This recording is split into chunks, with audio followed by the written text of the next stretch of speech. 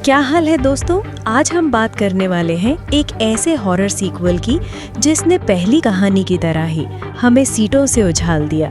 पहली कहानी में फिन्नी ग्रैबर के चंगुल से बचा था। ये कहानी उस घटना के 4 साल बाद हमें एक ज्यादा डरावनी और रहस्यमयी दुनिया में ले जाती है। इस बार लड़ाई एक खूनी इंसान से नहीं बल्कि बदला लेने लौटी उसकी बुरी आत्मा से है। तो चलिए तैयार हो जाइए क्योंकि ये सफर बहुत भयानक होने वाला है। कहानी शुरू होती है ग्रैबर की मौत के 4 साल बाद अक्टूबर 1982 में। फिन्नी की बहन ग्वेन अब बड़ी हो चुकी है, पर उसके साथ कुछ अजीब हो रहा है। उसे डरावने सपने आते हैं जो उसे सालों पहले 1957 में एल्पाइन लेक कैंप में हुई हत्याओं की धुंधली तस्वीरें दिखाते हैं। एक रात सपने में उसके पास एक रहस्यमयी फोन आता है। दूसरी तरफ से ग्वेन की माँ होप की आवाज़ आती है। होप भी 1957 में उसी कैंप में काम करती थी और उसे भी ऐसे सपने आते थे। ग्वेन को एहसास होता है कि इन सपनों के पीछे कोई गहरा राज है जिसे जानना ज़रूरी है। अब फिन्नी की ज़िंदगी देखते हैं। वो अब पहले जैसा डरा सहमा बच्चा नहीं है। ग्रैबर को मारने की घटना ने उसे बदल दिया। वो अब ज़्यादा गुस्सैल और लड़ने वाला बन गया है। स्कूल में जब एक नया लड़का उसे ताना मारता है तो फिन्नी उसे बुरी तरह पीटता है। उसे लगता है डर और दबदबा बनाकर ही वो सुरक्षित रहेगा। ग्वेन उसे समझाने की कोशिश करती है, लेकिन फिन्नी अपनी ही दुनिया में है। यही उनकी मुलाकात एर्नेस्टो से होती है, जो रॉबिन अरेलानो का छोटा भाई है। रॉबिन ग्रैबर का शिकार बना था और उसने ब्लैक फोन से फिन्नी की मदद की थी। एर्नेस्टो यानी अर्नी एक अच्छा लड़का है और ग्वेन को पसंद करता है। वो ग्वेन को एक कॉन्सर्ट के लिए पूछता है, जिससे फिन्नी असहज हो जाता है क्योंकि वो रॉबिन के भाई को लेकर प्रोटेक्टिव है। घर पर सब कुछ सामान्य लगता है, पर हवा में एक अनजाना डर है। उनके पिता अपने काम में लगे हैं और बच्चे अपने कमरों में हैं। लेकिन उस रात फिन्नी को एक भयानक एहसास होता है। उसे ग्रैबर की फुसफुसाहट सुनाई देती है जो उसे धमकाती है। ये सपना नहीं, एक चेतावनी थी। उसी रात ग्वेन को फिर से वही डरावना सपना आता है। वो नींद में चलने लगती है और घर से बाहर बर्फ में पहुंच जाती है। उसका शरीर बर्फ की तरह ठंडा है। फिन्नी उसे समय पर देखकर अंदर ले आता है। ग्वेन बताती है कि उसने बहुत बुरा सपना देखा है, पर फिन्नी उसकी बात टाल देता है। अगले दिन स्कूल में एर्नी ग्वेन को कॉन्सर्ट के टिकट्स देता है और एक खास तोहफा भी देता है। वो उसे लुथेरिया कार्ड्स देता है जो टैरो जैसे हैं। अर्नी को ग्वेन की शक्तियों से वाकिफ है। वो जानता है कि ग्वेन को सपने आते हैं और वो वे चीजें देख सकती है जो आम लोग नहीं देख सकते। अर्नी बताता है कि उसके पेरेंट्स को पुलिस से पता चला कि रॉबिन की लाश एक अनजान फोन कॉल से मिली जो ग्वेन ने की थी। ग्वेन इस बारे में बात करने से घबराती है। उसे डर है कि लोग उसे अजीब समझेंगे। असली मोड़ तब आता है जब घर का फोन बजता है। ये आम फोन नहीं, ये वही ब्लैक फोन है। फिन्नी फोन उठाता है, पर दूसरी तरफ से ग्वेन की आवाज़ आती है। ये असल में ग्वेन नहीं बल्कि उसका सपना है जो फोन से जुड़ गया है। सपने में ग्वेन की बात होप एडलर यानी अपनी माँ से हो रही है। होप उसे बताती है कि वो एल्पाइन लेक कैंप से बोल रही है। वो बताती है कि फ़ोन नंबर उसे बर्फ पर लिखा मिला। ग्वेन को एहसास होता है कि ये वही सपना है जो उसने भी देखा था, जहाँ झील में डूबे लड़कों ने बर्फ पर अक्षर लिखे थे। ये सब इतना असली था कि ग्वेन डरकर नींद में ही घर से भाग जाती है। फिन्नी उसका पीछा करता है और उसे ढूंढ लेता है। ग्वेन उसे बताती है कि उसने फ़ोन पर अपनी माँ से बात की जो एक यूथ कैंप से बोल रही थी। फिन्नी को यकीन हो जाता है कि ये सिर्फ सपना नहीं, इसके पीछे कोई बड़ी सच्चाई है। वो फौरन उस कैंप की जानकारी निकालता है और पाता है कि कैंप एल्पाइन लेक सिल्वरथॉर्न के पास असली जगह है। दोनों भाई बहन उस कैंप जाने का फैसला करते हैं। ग्वेन, फिन्नी और अर्नी उस कैंप की ओर निकल पड़ते हैं। उन्होंने अपने पिता से कैंप में काउंसलर की नौकरी का बहाना बनाया। उनके पिता को ये अजीब लगता है क्योंकि वो जानते हैं कि ये कैंप 1958 में बंद हो गया था। उनकी माँ होप भी वही काम करती थी। ये सुनकर फिन्नी और ग्वेन को यकीन हो जाता है कि वो सही रास्ते पर हैं। पहाड़ों की ओर बढ़ते ही मौसम बदल जाता है। एक भयानक बर्फीला तूफान शुरू हो जाता है और रास्ता दिखना नामुमकिन हो जाता। उनकी गाड़ी फंस जाती है।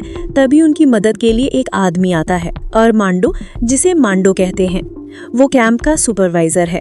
मांडो बताता है कि तूफान से कैंप रद्द हो गया है और रास्ते बंद हैं। अब वो तीनों मांडो, उसकी भतीजी मस्टैंग और 2 कर्मचारी केनेथ और बारबरा के साथ सुनसान कैंप में फंस गए हैं। उस रात कैंप का माहौल बहुत डरावना था। लड़कों लड़कियों को अलग कैबिन में रुकना है और ग्वेन को अकेले सोना है। मस्टैंग उसे हिम्मत देती है और कहती है कि वो पास वाले कैबिन में है। पर उस रात असली दहशत शुरू होती है। कैंप के बाहर लगा एक पुराना बंद पे फोन अचानक बजने लगता है। फिन्नी डरते हुए फोन उठाता है। दूसरी तरफ से कई बच्चों की डरी हुई आवाजें आती हैं। वो फिन्नी को बताते हैं कि उन्हें कुछ याद नहीं, बस यहाँ बहुत ठंड और अंधेरा है। वे मदद के लिए चिल्ला रहे हैं। फिन्नी समझ जाता है कि ये उन लड़कों की आत्माएं हैं जो सालों पहले मारे गए थे। कुछ देर बाद फोन दोबारा बजता है। इस बार दूसरी तरफ ग्रैबर की आत्मा है। ग्रैबर की आवाज में नफरत और बदले की आग है।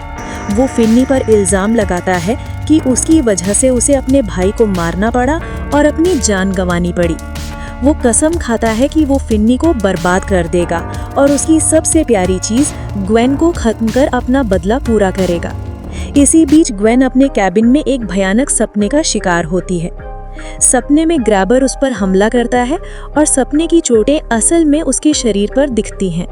वो नींद में ही कैबिन से बाहर बर्फ में निकल जाती है। फिन्नी और अर्नी उसे ढूंढते हुए वहां पहुंचते हैं और देखते हैं कि ग्वेन हवा में लटकी हुई है, मानो कोई अनदेखी ताकत उसका गला घोंट रही हो। मस्टैंग और मांडो भी वहां आ जाते हैं और बड़ी मुश्किल से वो सब मिलकर ग्वेन को ग्रैबर के चंगुल से छुड़ा पाते हैं। इस घटना के बाद कैंप में मौजूद सभी लोग चैपल में इकट्ठा होते हैं। अब साफ था कि कैंप में कोई बहुत बुरी और ताकतवर शक्ति मौजूद है। ग्वेन सबको अपने सपनों के बारे में बताती है। वो उन 3 लड़कों के बारे में बताती है जो गायब हो गए थे। वो बताती है कि सपने में देखा, एक लड़के ने पीली जैकेट पहनी थी, दूसरे ने सफेद और तीसरे की डेनिम जैकेट जली हुई थी। ये सुनकर मैंडो चौंक जाता है। वो बताता है कि जली हुई जैकेट वाली बात सिर्फ पुलिस, कैंप के पुराने मालिक और उसे ही पता थी। मैंडो को एहसास होता है कि ग्वेन सच बोल रही है। मैंडो एक पुरानी तस्वीर निकालता है जो उस साल की है जब कैंप बंद होने वाला था। उस तस्वीर में मैंडो के साथ ग्वेन की माँ होप भी थी और उनके साथ एक और लड़का था जिसे सब वाइल्ड बिल कहते थे। उसके बालों का स्टाइल और कमर पर बंधी बेल्ट बिल्कुल वाइल्ड बिल हिकॉक जैसी थी और इसीलिए उसका नाम WBH पड़ा था। ग्वेन को सपने में बर्फ पर यही अक्षर दिखे थे। दोस्तों, अब सारा राज खुल चुका था। वाइल्ड बिल ही असल में ग्रैबर था। ये कैंप ही वो जगह थी जहां उसने अपना पहला शिकार किया था। वो 3 लड़के उसके पहले विक्टिम थे। फिन्नी बताता है कि उसने 1978 में ग्रैबर को मारा था और मैंडो कहता है कि कैंप में अजीब घटनाएं तभी से शुरू हुई थी। वो सब समझ जाते हैं कि मरने के बाद ग्रैबर की आत्मा आजाद होकर अपनी पहली शिकार वाली जगह पर वापस आ गई। यहाँ उन बेचैन आत्माओं के डर से उसे ताकत मिलती है। अब अगर ग्रैबर को हराना है तो उन तीनों लड़कों की आत्माओं को शांति देनी होगी और उसके लिए उनकी लाशों को ढूंढना जरूरी है। ग्वेन को सपने से पता चलता है कि लाशें पास की जमी हुई झील मारू झील के नीचे हैं। मैंडो बताता है कि वो वहीं बच्चों को हॉकी खिलाता था। अब उन सब के पास एक ही मकसद था, सुबह होते ही मारू झील जाकर उन लाशों को ढूंढना और ग्रैबर की बुरी आत्मा का अंत करना। उस रात मैंडो अकेले कमरे में जाता है। उसके हाथ में पुराना टेप रिकॉर्डर है। वो ग्रैबर की आत्मा को ललकारता है, उसे बिल कहकर पुकारता है। रिकॉर्डर अपने आप चालू हो जाता है और उसमें से ग्रैबर की डरावनी आवाज आती है। वो कहता है, मेरा नाम बिल नहीं है। कमरे में चीजें हिलने लगती हैं और एक भयानक शक्ति का एहसास होता है। ग्रैबर उसे धमकाता है कि वो सबको बहुत दर्द देगा, लेकिन मैंडो भी दृढ़ है। वो कहता है कि वो उन बच्चों को ढूंढकर ही रहेगा। इस बीच फिन्नी अपने डर और गुस्से से लड़ रहा है। मैंडो उसे समझाता है कि गुस्से के पीछे हमेशा डर होता है। वो फिन्नी को बताता है कि उसे अपने डर का सामना करना होगा क्योंकि वो ग्वेन को बचाना चाहता है। मैंडो उसे हिम्मत देता है और कहता है कि उसने एक बार ग्रैबर को हराया है और वो दोबारा भी कर सकता है। उधर ग्वेन अगली लड़ाई के लिए तैयारी कर रही है। फिन्नी और अर्नेस्टो फैसला करते हैं कि वो बारी बारी जाकर ग्वेन पर नजर रखेंगे ताकि सपना आने पर उसे जगा सकें। फिन्नी ग्वेन को समझाता है कि अगर वो उसे नहीं जगा पाए तो उसे खुद लड़ना होगा क्योंकि ये उसका सपना है और उस पर उसी का कंट्रोल है। इसके बाद फिन्नी और अर्नेस्टो के बीच एक भावुक पल आता है। अर्नेस्टो पूछता है कि फिन्नी ने सच में बेसमेंट में उसके भाई रॉबिन से बात की थी। फिन्नी बताता है कि रॉबिन ने कहा था कि वो उसका साथ कभी नहीं छोड़ेगा। दोनों को उम्मीद है कि रॉबिन जन्नत में होगा और उन्हें देख रहा होगा। जैसे ही ग्वेन सोती है, वो खुद को एक भयानक सपने में पाती है। ग्रैबर उसे वहां खींच लाता है, पर इस बार ग्वेन अपनी माँ की आत्मा से मिलती है, जिसे ग्रैबर ने कैद कर रखा था। यहीं पर फिल्म का सबसे बड़ा राज खुलता है। ग्रैबर बताता है कि ग्वेन की माँ ने आत्महत्या नहीं की, बल्कि उसने ही उसे मारा था। उसकी माँ को भी सपने आते थे और उन्हें ग्रैबर के पहले शिकार का पता चल गया था। जब वो सच का पता लगाने कैंप पहुंची तो ग्रैबर ने उसे मार दिया और इसे आत्महत्या का रूप दे दिया। ये सुनकर ग्वेन के पैरों तले जमीन खिसक जाती है। ग्रैबर उस पर हमला करता है और कहता है कि सपनों में मरने के बाद इंसान नहीं उठता। ग्वेन भागने लगती है। तभी उसे रॉबिन की आवाज सुनाई देती है, जो उसे छिपने को कहती है। ग्वेन अब पहले से ज्यादा मजबूत है। वो ग्रैबर से कहती है कि अगर कोई उसकी ताकत छीनने की कोशिश करेगा तो वो भी अपना बचाव करेगी। सपने में एक जोरदार लड़ाई होती है। बाहर असली दुनिया में ग्वेन की हालत बिगड़ने लगती है। उसके शरीर पर चोट के निशान बनने लगते हैं। फिन्नी, अर्नेस्टो, मैंडो और मस्टैंग उसे जगाने की पूरी कोशिश कर रहे हैं। मैंडो चिल्लाता है, ग्वेन, अगर सुन सकती हो तो सामना करो। सपने में ग्वेन अपनी पूरी ताकत से लड़ती है। वो ग्रैबर को बुरी तरह जख्मी कर देती है। उसी समय बाहर मैंडो और बाकी लोग जमी हुई झील पर पहुंच चुके हैं और उन्हें बर्फ के नीचे पहले लड़के फेलिक्स की लाश मिल जाती है। जैसे ही लाश मिलती है, सपने में ग्रैबर की ताकत कम होने लगती है। वो कमजोर पड़ जाता है। ग्वेन उस पर हावी हो जाती है। ठीक इसी समय कैंप में एक गाड़ी आती है। वो ग्वेन और फिन्नी के पिता हैं, जो तूफान में फंसे बच्चों की मदद के लिए एक स्नोप्लो लेकर आए हैं। पिताजी दोनों को फौरन ले जाना चाहते हैं, लेकिन ग्वेन रुकने का फैसला करती है। वो कहती है कि उनका काम अभी खत्म नहीं हुआ है। यहाँ तीनों के बीच एक बहुत ही भावुक टकराव होता है। ग्वेन अपने पिता और भाई पर आरोप लगाती है कि वो हमेशा अपनी तकलीफों से भागते हैं, शराब और नशे का सहारा लेकर सब कुछ भुला देना चाहते हैं। वो फिन्नी से कहती है कि वो बेसमेंट की घटना की सच्चाई का सामना नहीं करना चाहता। फिन्नी टूट जाता है और चिल्लाकर कहता है कि कोई नहीं जानता वो उस बेसमेंट में कितना डरा हुआ था।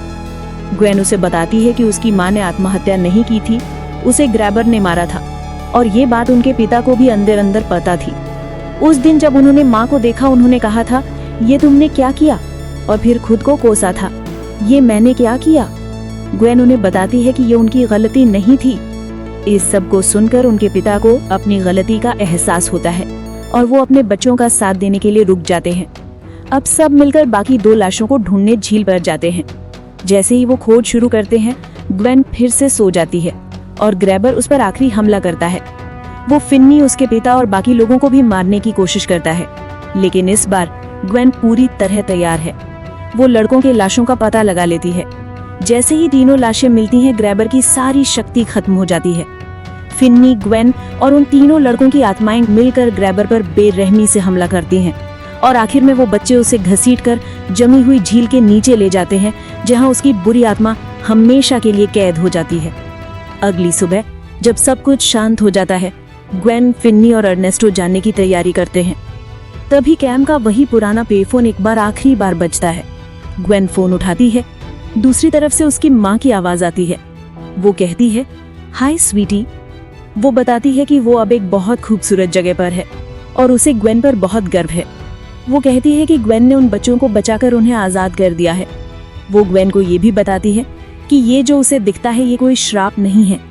जाने से पहले वो फिन्नी के लिए प्यार भेजती है और कहती है कि रॉबिन ने भी हाय कहा है, और इसी के साथ फोन कट जाता है। तो ये थी कहानी, जो सिर्फ एक हॉरर कहानी नहीं है, बल्कि ये हमें अपने डर का सामना करने, परिवार के महत्व को समझने और बुरी ताकतों के खिलाफ एकजुट होने का संदेश भी देती है। फिन्नी और ग्वेन का रिश्ता इस कहानी की जान है, और कैसे वो दोनों अपने अतीत के दर्द से लड़कर एक दूसरे का सहारा बनते हैं, ये देखना वाकई दिल को छू जाता है। अगर आपको हमारा ये डिटेल्ड एक्सप्लेनेशन पसंद आया हो, इस वीडियो को लाइक दें, अपने दोस्तों के साथ शेयर करें, कमेंट्स करें, और हाँ, हमारे चैनल को सब्सक्राइब करना मत भूलिएगा। मिलते हैं अगली वीडियो में अलग कहानी के साथ।